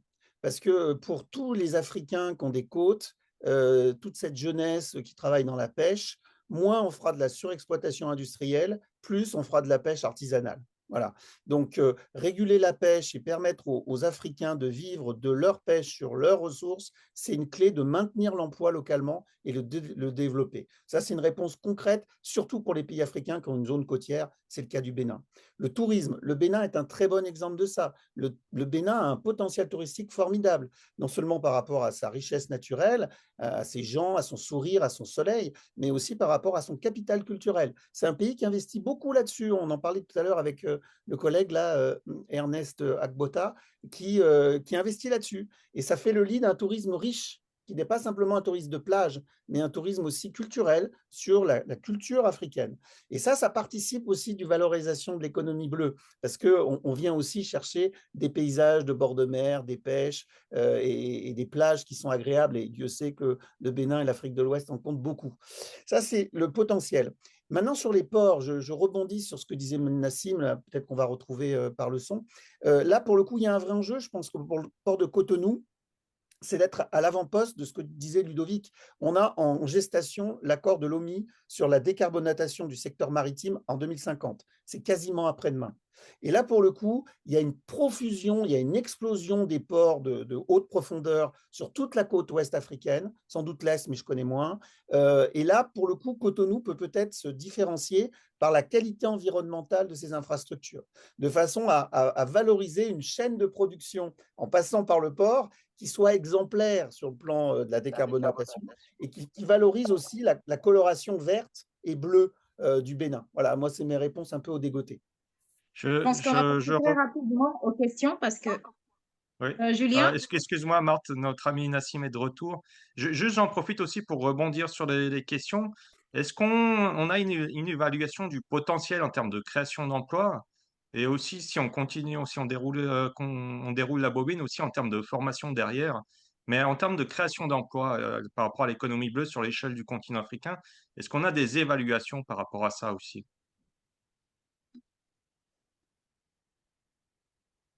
Est-ce que Nassim, tu Nassim, nous entends? Est-ce Oui, que oui, tu oui, peux oui. reprendre Est-ce que vous... tes explications, hein? Oui. Alors, par rapport à cette question-là, tout à l'heure, je disais qu'on estime à 300 milliards de dollars l'économie bleue actuellement, et le potentiel, en 300 à 400 milliards de dollars pour l'Afrique, le potentiel est de l'ordre de 1000 milliards d'ici 2030-2035, si on structure toutes les filières et si on intègre vraiment de la durabilité, de manière, donc, on a des filières structurées de manière durable. Donc après, voilà, actuellement, en termes d'emploi, ça peut, j'ai pas les chiffres annuels, mais le triplement du PIB, en tout cas de la valeur ajoutée que ça peut amener, donne une idée, sachant qu'actuellement, on estime à autour de 50 millions d'emplois qui sont générés par l'économie bleue. Donc là, il s'agit de tripler. Ça ne veut pas dire que c'est automatiquement un triplement du nombre d'emplois, mais ça donne un ordre de grandeur du nombre d'emplois que ça pourrait créer, sachant que actuellement sur le continent, on a 14 millions de jeunes qui rentrent sur le marché du travail annuellement. Donc, c'est des chiffres assez importants qui sont, pour donner un ordre de grandeur, pour comparer à l'Europe, je crois en Europe, on est autour des 10 millions. Ça donne une idée du besoin de création d'emplois sur le continent. Sur la ZLECAf, oui, quand j'ai été coupé, je parlais de la ZLECAf. Il est vrai que cet accord-là est un des rares succès je dirais, où c'est le symbole du panafricanisme actuellement. C'est-à-dire que c'est un cadre panafricain qui fonctionne, qui a été mis en place, qui vient euh, euh, saluer les efforts, je dirais, de tous les pays africains dans la mise en place d'une approche continentale. Donc la ZLECAf, c'est une success story en tant que telle, mais c'est un accord commercial qui intègre très faiblement, pas du tout, l'environnement. Et ça, c'était effectivement, bon, ça a des raisons objectives, notamment par rapport aux négociations liées à ces questions-là. L'OMC, les pays africains ont été très euh, sur la défensive par rapport à l'intégration d'une dimension environnementale dans les négociations sur les CAF. Mais c'est en train d'être maintenant, ça vient sur la table et il y a des discussions sur cela, et particulièrement aussi sur l'économie bleue. Maintenant, on a en parallèle de ces négociations, quand je dis on, c'est l'ensemble des pays africains qui négocient, qui discutent de la ZLECAf, mettent en place, c'est de verdir cet accord commercial en créant des incitations au développement de chaînes de valeur vertes et de chaînes de valeur d'économie bleue, de bleu, avec soit un démantèlement tarifaire beaucoup plus rapide sur ces produits-là, ou d'autres mesures qui vont venir accompagner ou faciliter le développement d'échanges de produits qui accompagnent le développement d'économies bleues et des questions environnementales, en tout cas des produits liés à des questions environnementales. Donc il y a beaucoup d'efforts qui sont faits actuellement, mais encore une fois, on a constaté ce manquement, effectivement, et on essaye d'y remédier en accélérant les discussions au sein de la ZLECAf pour un verdissement de la ZLECAf assez rapide, pour que justement ce qui est j'ai utilisé un terme économique, un avantage comparatif du continent, à savoir sa biodiversité importante, la richesse de son capital naturel, euh, puisse être à la fois mise en valeur tout en étant mieux protégée. Donc là aussi, la ZLECAf doit être aussi un cadre qui favorise ça, la mise en valeur socio-économique, mais également la protection de ce capital naturel. À vous. d'accord. Merci beaucoup. Merci, Nassim. Je pense qu'il y avait une autre question sur les impacts de la pollution. Si Ludovic Arnaud, je ne Oui, sais pas si vous êtes là, oui, connecté. c'est toujours là. Donc, par rapport aux impacts de la pollution, nous avons plusieurs études qui ont été faites déjà au sein de la CNUSED, ONU Commerce et Développement, sur l'impact de la pollution des pêcheries. C'est environ entre 0,1 et 0,5% de la pollution mondiale en émissions carbone, rien que les pêcheries. Et le transport maritime, c'est environ 3% de la pollution mondiale. Et ensuite, là où on doit faire assez attention, c'est sur l'impact, les externalités négatives de la pollution de certains secteurs sur des secteurs à haut potentiel, notamment le tourisme, où des écosystèmes dégradés vont avoir un impact sur la qualité du tourisme en Afrique, par exemple. Donc, au sein de la CNUSED, nous avons mis plusieurs projets en place pour remédier à cela. Nous avons un projet, par exemple, qui s'appelle Blue Biotrade, qui vise les secteurs niches. Donc, c'est typiquement des produits issus de la biodiversité qui sont à haute valeur ajoutée, ce qui permet d'avoir des stratégies de développement et d'exportation qui prennent en compte les coûts du développement durable. Parce que faire des exportations vertes nécessite des coûts plus élevés, typiquement. Ensuite, D'accord. un autre élément qui n'a pas été abordé, mais qui peut être intéressant, c'est les secteurs à haut potentiel de croissance. Et au sein de la CNUSED, nous travaillons en particulier sur les algues. Donc les algues, c'est 400% de croissance dans les 20 dernières années en termes d'exportation. C'est 300% de croissance en termes de production. Et c'est aussi une réponse à de nombreuses problématiques, notamment tout ce qui est production de protéines bas carbone, mais également par rapport à la pollution marine, et en particulier l'accord qu'on n'a pas encore mentionné, c'est l'accord sur la pollution plastique, qui est toujours en cours de négociation. Il y aura un autre round de négociation à Genève ce mois-ci. Les algues permettent de créer des substituts au plastique. Au sein de la CNUSED, nous avons plusieurs projets qui aident les startups à créer des produits alternatifs au plastique, dont des emballages qui sont faits à partir d'algues, également des filets de pêche biodégradables. Et ces initiatives-là peuvent permettre à la fois de développer le secteur d'exportation de biens océaniques, tout en préservant l'environnement et l'océan. Et voilà, juste pour terminer là-dessus, à la CNUSED, nous avons organisé en mars le 5e forum de l'ONU sur l'océan, qui était co-présidé par la France et le Costa Rica, qui ensuite ont présidé la conférence de l'ONU sur les océans à Nice. Et une des recommandations clés de cette conférence était la création d'une initiative globale de l'ONU sur les algues. Cette initiative a été portée et a été mise en place à Nice, et en particulier a été portée par le Madagascar. Il y a plusieurs États, pays en Afrique qui ont un haut potentiel sur l'exportation d'algues, dont le Madagascar et la Tanzanie, mais d'autres pays aussi pourraient en bénéficier. Et cette initiative globale sur les algues, à la COP30, a validé un plan d'action qui va être mis en place dans les prochaines années, jusqu'à 2035. Ce plan d'action regroupe pour l'instant, en termes de pays, le Madagascar, la France, l'Indonésie, le Chili et le Brésil, avec plusieurs agences onusiennes qui soutiennent la mise en place de cet accord. Et voilà, juste dernière information par rapport à la CNUSED, nous avons fait une étude sur le commerce international d'algues et les réglementations.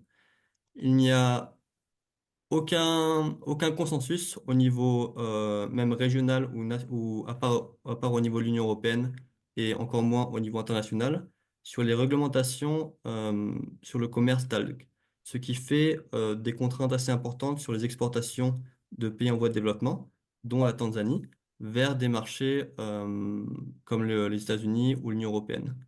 Donc un des objectifs de l'initiative va être de créer un consensus au niveau régional ou international sur les réglementations, pour ensuite aider les pays en développement à augmenter leur exportation de produits dérivés liés aux algues.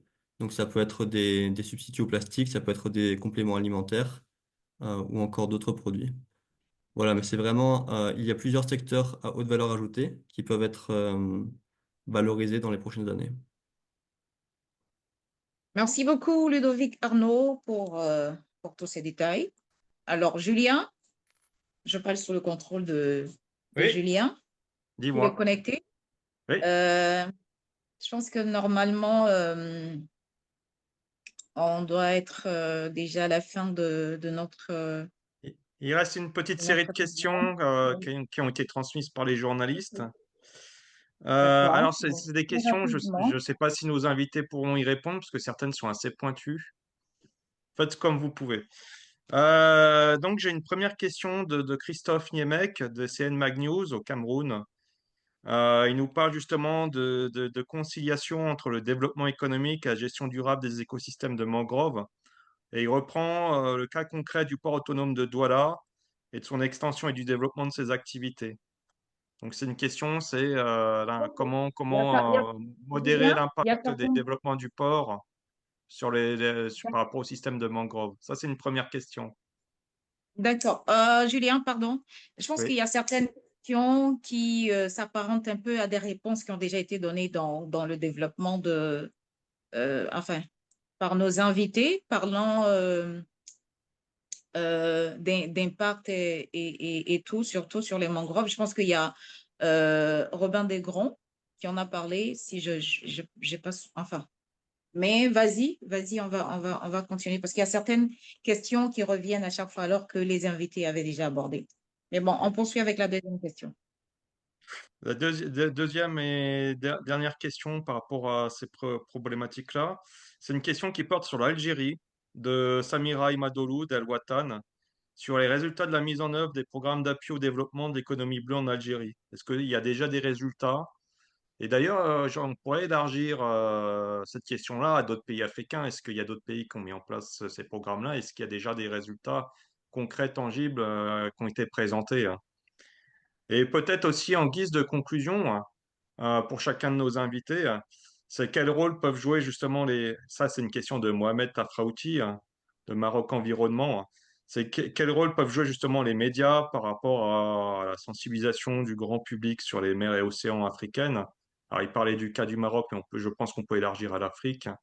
Et aussi au suivi de toutes ces questions qu'on vient d'aborder, hein, liées à la mise en œuvre de ces accords, traités et obligations au niveau international et africain. Voilà. Oui. Merci beaucoup. Voilà, Robin Degrand qui va Oui, parler. Je rappelle, oui, ça va. information de détail. Avant que tu ne prennes la parole, c'est vrai qu'on est déjà pratiquement à la fin. Donc, Robin Degrand, pour ceux qui nous ont pris en cours de webinaire, voilà, il a son prochain article sur le climat qui va paraître dans le numéro de diplomatie. Donc, pour peut-être la prochaine fois, on aura l'occasion de parler climat typiquement. Bon, vous avez la parole. Merci Marthe, merci Julien. Le temps passe trop vite et puis on a tellement de choses à dire. Il faudra qu'on reparle de biodiversité, de mangroves et de climat parce qu'on en a trop peu parlé. Je reviens sur la question du collègue algérien. Et c'est une question systémique et Julien a raison de dire que ça touche toute l'Afrique. Un des grands facteurs du progrès de la protection de l'environnement en Europe, au sens de la grande Europe, ça a été ce qu'on appelle la convention d'Aarhus sur l'information environnementale, une convention pan-européenne négociée dans le cadre des Nations Unies, on va dire la Commission des Nations Unies pour l'Europe, pour faire court, de 98. Cette convention, c'est une convention fondamentale parce qu'elle pose le principe que tout ce qui touche l'environnement doit être libre d'accès. Et donc, il y a une communication naturelle, une transparence toute particulière dans la question environnementale. C'est comme ça que l'Europe a beaucoup progressé sur les questions environnementales. Parce que vous, journalistes, ça vous donne des sources, ça vous donne des documents, ça vous donne des évaluations, pour reprendre la question de notre collègue d'Algérie. Donc, le message, c'est que l'Afrique, je pense, a besoin, et elle peut souscrire à la Convention d'Aarhus. En fait, la Convention d'Aarhus est ouverte sur le plan international. L'Afrique a besoin de plus de transparence sur les questions environnementales. Et donc, la Convention d'Aarhus élargie à des pays africains ou une convention panafricaine de transparence sur l'information environnementale, c'est en fait la clé pour développer le travail des journalistes et développer la protection de l'environnement. Merci beaucoup, Robin Degrand. La question, la deuxième question, je crois bien. Je ne sais pas, je n'ai pas pu noter, Julien. Alors, il y avait une question sur l'impact du développement des ports de Douala sur l'écosystème de mangrove. Il y en avait une sur Mangrove. la mise en œuvre des programmes d'appui au développement de l'économie bleue en Algérie, mais on pouvait l'élargir à d'autres pays africains, savoir s'il y avait déjà des résultats. Et il y avait cette question, alors je tiens à souligner, c'était pas notre collègue de Ouattane qui avait posé la question sur le rôle des médias, mais c'était Mohamed Tafraouti du Maroc. Donc voilà. Bon. Je peux essayer d'apporter quelques Oui, éléments de réponse oui, par rapport aux deux premières questions. Nassim, Désolé, allez-y. j'ai des problèmes de connexion, des fois ça peut sauter. J'ai pas entendu la réponse à la troisième ni à la troisième question. Alors, sur le Douala, ça illustre parfaitement ce dont on parlait, à savoir le fait que les pays sont confrontés à plusieurs défis qui parfois sont opposés, hein. Je veux dire, l'extension du port de Douala répond aussi à des besoins de développement économique liés au développement du pays, à la dynamique démographique, qui est qui est vraiment, il faut vraiment l'avoir en tête sur le continent.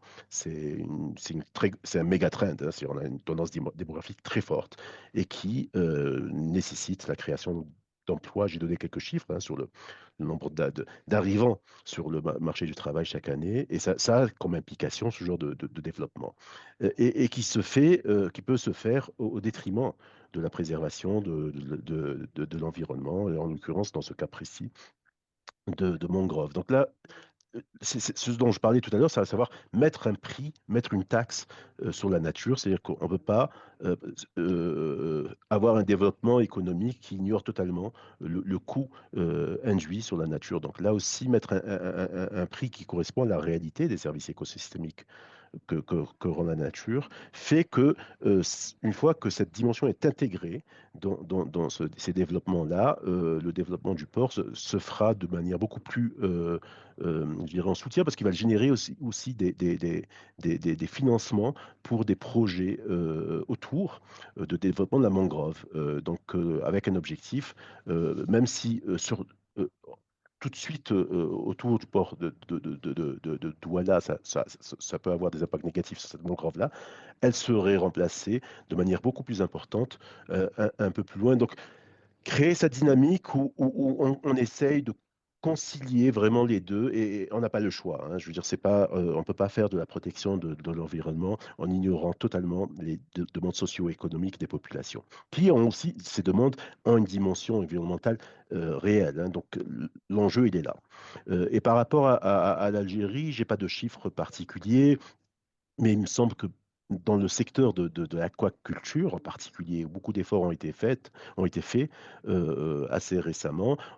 On avait déjà un rattrapage important, mais ces 20 dernières années, on a une croissance, je crois, du secteur de l'ordre de 15%. Mais ces 2, 3 dernières années, avec un cadre réglementaire renforcé, c'est ce qu'on retrouve un peu partout sur le continent, notamment sur les questions d'aquaculture, et qui facilite le développement de financements spécifiques pour l'aquaculture. On a ce rattrapage qui se fait parce que l'Algérie en particulier, les pays africains en général, ont un taux de contribution de l'aquaculture qui est de l'ordre qui est moins de, je crois en Algérie, ça doit être 8% ou 10% des ressources halieutiques. Justement, la gestion des stocks de poissons aussi implique qu'on ait un développement de l'aquaculture qui soit beaucoup plus euh, durable et important, mais en même temps avec cette dimension durable qui est fondamentale, parce que l'aquaculture peut avoir aussi des effets très très négatifs de manière très localisée sur les écosystèmes. Là aussi, intégrer cette dimension-là de manière assez forte. Donc voilà, oui, les cadres réglementaires robustes permettent justement ces évolutions très forte. Donc, encore une fois, c'est un message très important. Avoir des cadres réglementaires permet aux investisseurs de s'engager, aussi bien au niveau public que privé, et c'est ce qui fait la différence par rapport à des zones de non-droit où là, c'est la loi du plus fort et souvent, ça se fait au détriment des pays africains. Donc, travailler sur les cadres réglementaires et sur la coopération entre pays et avoir des cadres réglementaires régionaux qui soient forts dans le sens où, où on ait les moyens de les appliquer fera la différence. Merci beaucoup. Merci Nassim pour tous ces détails. Est-ce qu'il y a une question qui n'a pas été répondue, Julien? Peut-être juste la question sur les médias Sur de les Julien. médias? D'accord. Oui, Ludovic, allez-y. Donc là, on a la chance d'avoir un multilatéralisme qui marche encore pour les océans. C'est pas le cas dans de nombreux secteurs, avec de nombreux accords qui sont en cours de validation ou qui ont été validés récemment. À Nice, il y a eu plus de 100 000 visiteurs sur la zone verte qui était ouverte au public, avec de nombreux pavillons qui présentaient les enjeux de l'océan pour les populations. Et Nice a été couvert par les médias pendant 3 semaines, 4 semaines. Les océans étaient partout dans les médias. Maintenant, c'est un peu retombé. Et on a l'opportunité d'avoir des négociations qui sont toujours en cours. Il y a l'accord sur la pollution plastique, y compris dans les zones maritimes, qui est en cours de négociation. Donc c'est un sujet potentiel médiatique sur cette année. Il va y avoir la COP 1 sur l'océan par rapport au PBNG qui va se tenir cette année. Il va y avoir, on espère, une finalisation de l'accord de l'Organisation maritime internationale sur la pollution maritime. Il va y avoir la mise en place de l'accord de l'OMC sur la pêche. Donc il y a plein d'opportunités au niveau international, en termes de couverture médiatique. Et au niveau continental, il y a le Blue Africa Summit. Mon équipe était à Rabat la semaine dernière pour les réunions de préparation qui va se dérouler fin 2026 et qui compte mettre en place une feuille de route pour l'économie océanique dans les prochaines années. Merci beaucoup. Merci, Ludovic Arnaud. Oui. Julien, je Oui, ne sais pas. Est-ce qu'il y a une question? apparemment, certaines personnes avaient levé la main. Donc, est-ce qu'on permet, par exemple, à Ismaël de poser sa question avant de conclure? D'accord. D'accord. Ismaël Ango, s'il vous D'accord. plaît. Ok. Bonjour Julien, bonjour à Juste vous tous et à présenter toutes. pour nos interlocuteurs, s'il vous plaît. D'accord. Je suis Ismaël Ango, journaliste à Radio de la Paix. Je m'intéresse également aux questions d'environnement et je viens de la Côte d'Ivoire. Alors, toutes mes excuses, hein, pour moi, c'était à 11h30 quand on commençait le webinaire. Euh, alors, la première question, en quoi les mers et océans représentent-ils aujourd'hui un enjeu économique stratégique pour les pays côtiers comme la Côte d'Ivoire? Ça, c'est la première question. La deuxième, les décisions prises au niveau international sur les océans, est-ce qu'elles ont des conséquences concrètes sur les pays côtiers africains comme la Côte d'Ivoire? Et la dernière question s'adresse à M. Robin. Alors, quels sont les risques qu'un pays côtier comme la Côte d'Ivoire peut voilà, euh, avoir si la protection des océans n'est pas intégrée au développement économique? Merci. Merci, Ismaël. Euh, je vais Oui, allez-y, Robin. répondre Robin Gabon. rapidement en disant en complément de ce que disait Ludovic, qu'il y a aussi la COP 31 de la Convention climat qui aura lieu cette année en novembre 2026 en Turquie. C'est un point très important de l'agenda international. C'est quand même une COP maintenant qui est inscrite dans le paysage et on va beaucoup, beaucoup parler d'adaptation au changement climatique. Ça rejoint un peu la question du collègue ivoirien. Il faut évidemment investir parce qu'en fait, le risque, souvent, moi je travaille beaucoup avec les économistes, je travaille beaucoup sur les questions d'écologie, de développement durable, mais beaucoup sur les questions d'économie et de finance. Le risque de l'inaction est terrible. C'est-à-dire qu'il faut avancer. Il faut avancer parce que si on ne fait rien, on va dégrader des actifs au sens économique du terme. L'érosion du trait de côte, on va éroder des actifs. Il va y avoir des hôtels qui vont se retrouver les pieds dans l'eau. Il va y avoir des maisons qui vont être en noyer. La surpêche, si on ne fait rien, les stocks ils vont diminuer. Et ça sera au détriment de l'économie, en Côte d'Ivoire, au Bénin, au Sénégal et ailleurs. Voilà, donc il faut faire, parce que sinon on va perdre. C'est-à-dire que là, l'inaction n'est pas simplement on reste au niveau. L'inaction, ça veut dire qu'on va baisser de niveau. Donc ça, il faut avoir clairement ça en tête, c'est vrai aussi en Côte d'Ivoire.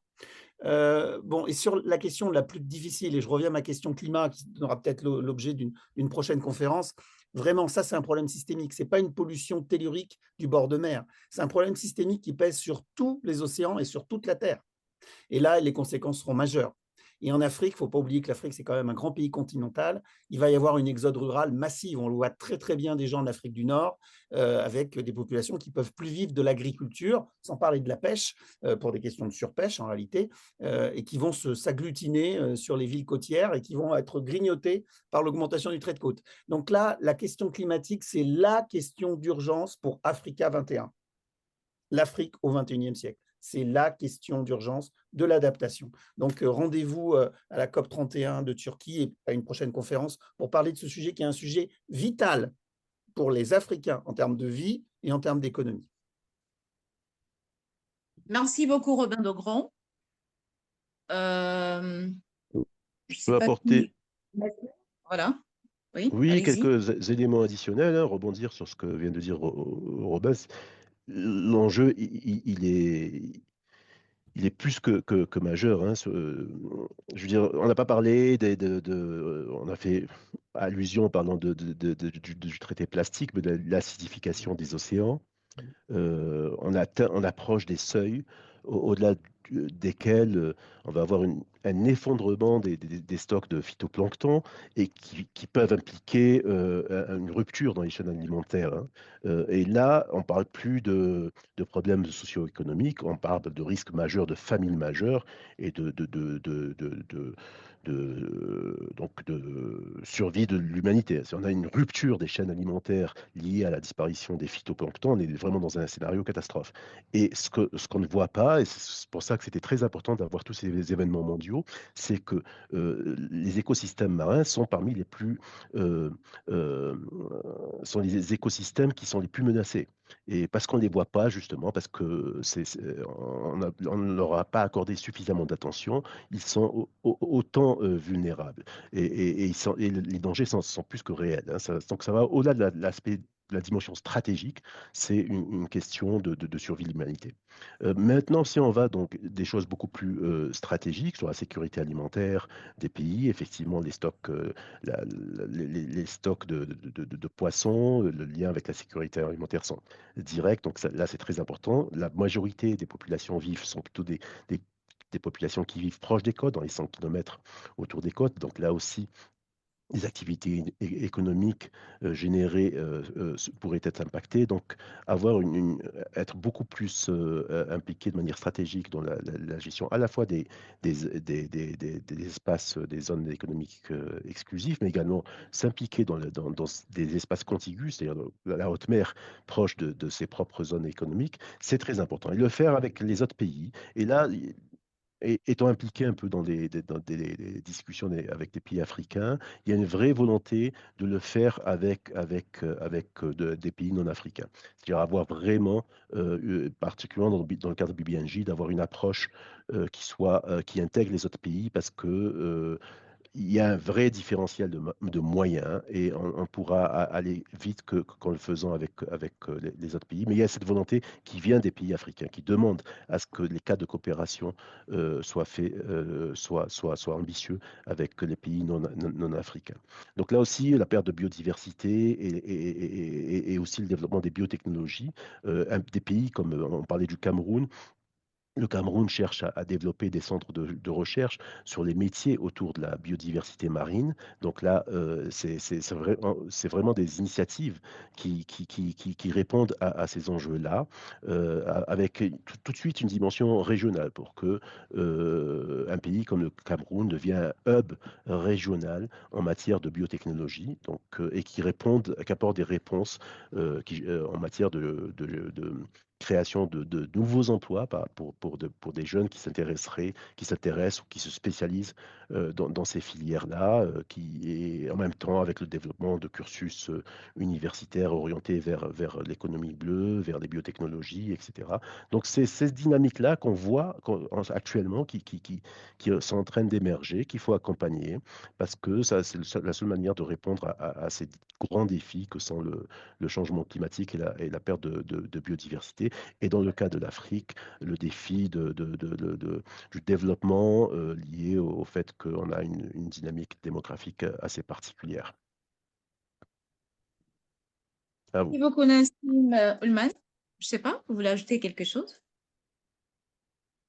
De mon côté, c'est bon? Max, s'il te plaît, excusez-moi, mais concernant la Côte d'Ivoire spécifiquement. Oui, bon, là, on a vraiment débordé. Julien, oui, Ismaël, normalement, on devait arrêter depuis longtemps. On ne peut pas prendre toutes les questions parce qu'il y a des questions aussi en attente. Hmm. Donc, Julien, Oui, je ne sais pas s'il est connecté. oui. Euh, Je pense qu'on arrive au bout, hein, Marthe. oui, parce que là, on a largement dépassé le temps et faut qu'on essaie de réduire aussi les questions. On ne peut pas prendre toutes les questions possibles. Donc, Bien entendu, on pourra transmettre les coordonnées des intervenants pour les journalistes qui auraient des voilà, questions complémentaires. voilà pour les questions complémentaires, effectivement. Donc, nous terminons Oui, avec notre deuxième numéro. Donc, je vais laisser la parole à chaque invité expert pour sa dernière intervention pour conclure. Déjà, je commence par Robin Degrand. Voilà, cher nous Marc, sommes cher déjà. Julien, l'essentiel est à venir. Je crois qu'il faut qu'on se retrouve beaucoup parce qu'on a survolé beaucoup les sujets et qu'il y a des sujets qui mériteraient vraiment une attention tout à fait particulière, notamment sur la question climatique, biodive, mais surtout climat, parce que la question est très compliquée. On le voit en Méditerranée, mais c'est très vrai en Afrique. On est sur des continents qui sont en accroissement démographique. Et donc, l'exposition au risque s'accroît, c'est-à-dire que la probabilité de pépins liés au climat, elle est forte à cause du changement climatique, mais l'exposition au risque des populations, elle est croissante. Donc voilà, on est sur le début de quelque chose. Plutôt privilégier les webinaires à l'avenir parce que j'ai énormément de mails à traiter. Donc merci aux collègues de ne pas surcharger la messagerie. J'aurai du mal à leur répondre. Par contre, je répondrai bien volontiers et on prolongera la réflexion vraiment très volontiers, si Julien et Marthe sont d'accord évidemment, lors de prochains webinaires. Parce que vraiment, la question climat, c'est la question clé en Méditerranée, mais ça va le devenir en Afrique en général. Voilà, c'était mon message de fin. Merci beaucoup. On a pris bonne note. Je pense qu'on a commencé cette série, on a ouvert même ce rendez-vous environnement avec un sujet sur le climat.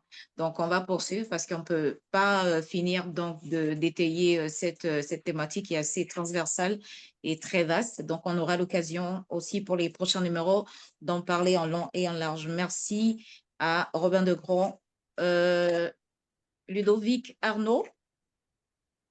Merci beaucoup pour l'invitation. Au sein de la CNUSED, nous avons mis en place plusieurs formations, mais qui sont au niveau international par rapport aux différents accords qui ont été mis en place. Il y a un mois, nous avions une formation sur les implications de l'accord BBNJ sur le commerce international, également sur l'accord sur la pollution plastique et sur la gouvernance océanique. Mais le problème est que souvent ces webinaires sont axés plus au niveau international et se centrent pas sur la région et les besoins de la région. Et c'est là où vraiment vous avez une valeur ajoutée énorme par ces webinaires-là. Donc je rejoins Robin, ça serait avec grand plaisir de participer à d'autres webinaires. Merci. Merci beaucoup, Ludovic Arnaud. Nassim Ullman, on termine avec vous. Si Oui, vous êtes encore une là, fois, merci beaucoup pour l'invitation. Et comme mes prédécesseurs, je tiens à souligner l'importance d'avoir des webinaires réguliers sur ces questions qui sont vraiment des questions majeures, particulièrement pour le continent qui est, à bien des égards, l'un des continents les plus exposés, les plus vulnérables. Et encore une fois, il ne s'agit pas de tout faire partout, mais vraiment de bien, les médias ont un rôle important là-dessus, de bien identifier les spécificités, les solutions au niveau national, local, et en même temps leur dimension régionale pour travailler sur la coopération régionale et sur les complémentarités. C'est fondamental. Les pays africains n'ont pas beaucoup souvent des contraintes en matière financière, budgétaire, etc.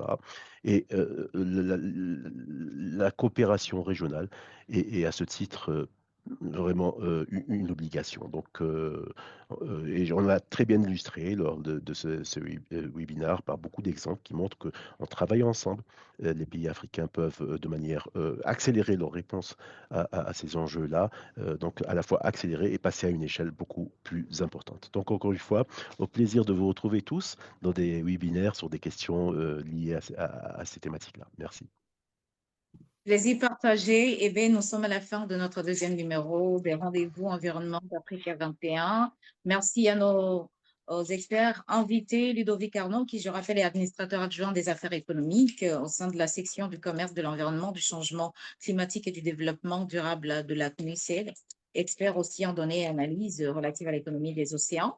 Robin Degron, qui est ancien directeur du plan bleu ONU Environnement en Méditerranée, et aussi professeur à l'Université Paris 1 Panthéon-Sorbonne, et aussi membre du laboratoire dynamique sociale et recomposition des espaces, magistrat de la Cour des comptes et auteur de plusieurs ouvrages sur la Méditerranée, dont un ouvrage sur le changement climatique qui va paraître très bientôt dans Diplomatie, sans oublier Nassim Oulman, qui est économiste principal et chef de la section de l'économie verte et bleue à la Commission économique des Nations Unies pour l'Afrique. Merci, chers experts, pour vos éclairages, analyses, décryptages et aussi toutes ces informations que vous avez partagées avec vous. Et merci à tous les participants, surtout qui, depuis ce matin, 9h30, heure GMT, qui étaient connectés et qui le sont jusqu'à présent. Merci pour vos questions aussi et vos contributions. On ne peut pas aborder ou encore développer ce sujet des océans et mers en seulement 2 heures, c'est impossible. Donc, on aura l'occasion de débattre dans d'autres numéros de cette problématique qui touche le continent africain. Merci à tous et à toutes. Julien? Merci surtout à notre modératrice du jour, très lève-tôt, Martha Kissi, pour cette brillante modération et surtout pour les interventions de nos trois invités.